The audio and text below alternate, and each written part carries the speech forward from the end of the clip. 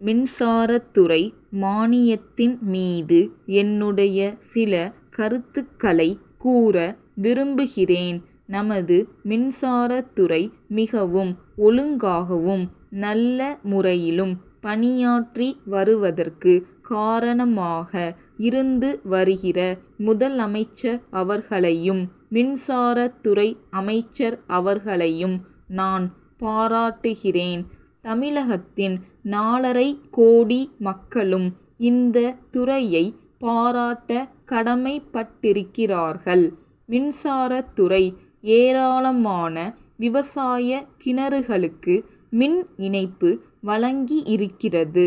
நமது முதலமைச்சர் அவர்கள் 5 ஆண்டுகளுக்குள் தமிழகத்திலுள்ள எல்லா கிராமங்களுக்கும் மின்சார வசதி அளித்து தெருவிளக்கு அமைக்க வேண்டிய ஒரு சிறப்பு திட்டத்தை தீட்டி அதை தீவிரமாக நிறைவேற்றிக் கொண்டு வருகிறார்கள். இந்தியாவிலேயே தமிழகத்தில்தான் ஏராளமான விவசாய கிணறுகளுக்கு மின்சார இணைப்பு கொடுக்கப்பட்டிருக்கிறது என்பதை புள்ளி விவரங்களிலிருந்து நாம் நன்றாக காண முடிகிறது. கிராமங்களுக்கு மின் வசதி செய்து கொடுப்பதை பொறுத்தவரை ஊராட்சி மன்றங்களுக்கு போதிய நிதி வசதி இல்லாத காரணத்தினால் அவை முழு பொறுப்பையும் ஏற்றுக்கொள்ள முடியவில்லை.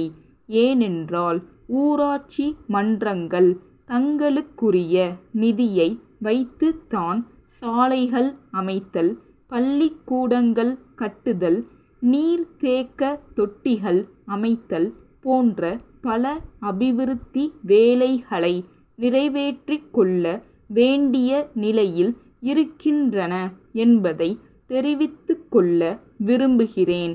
அதன் காரணமாக மின்சார வரியை கட்ட முடியாமல் போய்விடுகிறது. அதற்காக நமது அரசு மின்சார வரியில் ஒரு பகுதியை பங்கு தொகையாக செலுத்தி ஊராட்சி மன்றங்களுக்கு உதவி செய்ய வேண்டும் என்று இந்த நேரத்தில் நான் கேட்டுக்கொள்ள விரும்புகிறேன். 5 ஆண்டு காலத்திற்குள் தமிழகம் எங்கும் மின்சார வசதி செய்து கொடுக்கப்படும் என்று கூறி அதை நிறைவேற்றும் வகையில் முதலமைச்சர் அவர்கள் தக்க நடவடிக்கை எடுத்து கொண்டு வருகிறார்கள் என்பது பாராட்டத்தக்கது. ஆனால் இதே நேரத்தில் இன்னொரு கருத்தை நான் தெரிவிக்க விரும்புகிறேன்.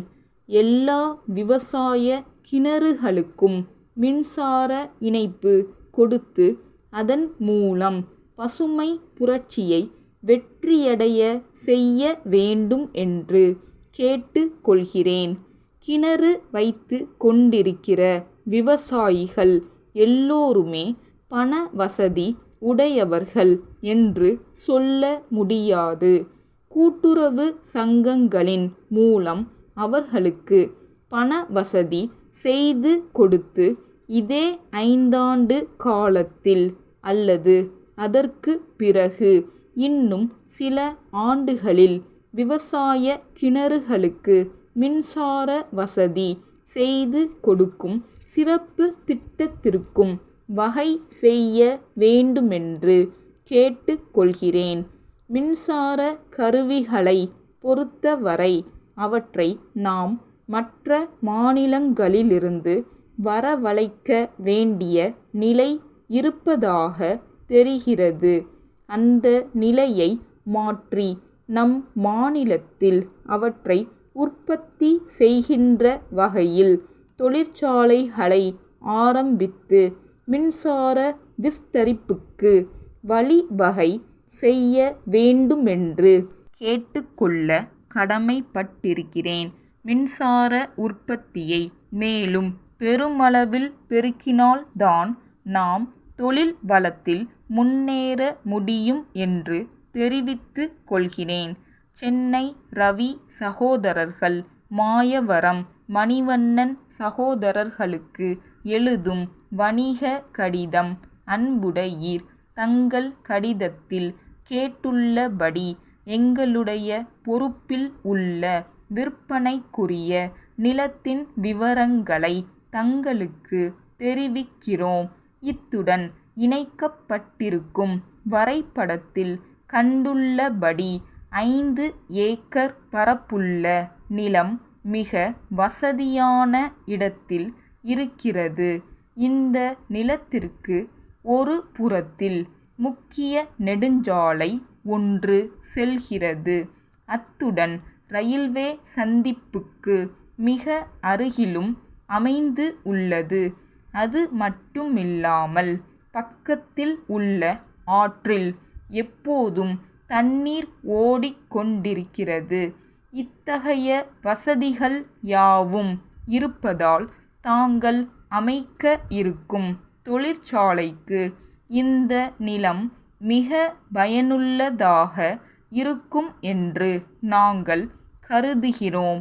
இவை தவிர அருகிலுள்ள மக்கள் மிகவும் அமைதியான முறையில் வேலை செய்ய கூடியவர்களாக இருப்பதால் தொழிற்சாலைக்கு வேண்டிய தொழிலாளர்கள் நல்ல முறையில் கிடைக்கக்கூடும் என்பதும் கவனிக்கத்தக்கது. இந்த நிலத்திற்கான மொத்த தொகையையும் ஒரே தவணையாக தர வேண்டுமென்ற கட்டாயம் இல்லை. பாதியை ரொக்கமாக செலுத்தியது போக மீதியை அடமானமாக எழுதி கொடுக்கலாம். தங்கள் நம்பிக்கையுள்ள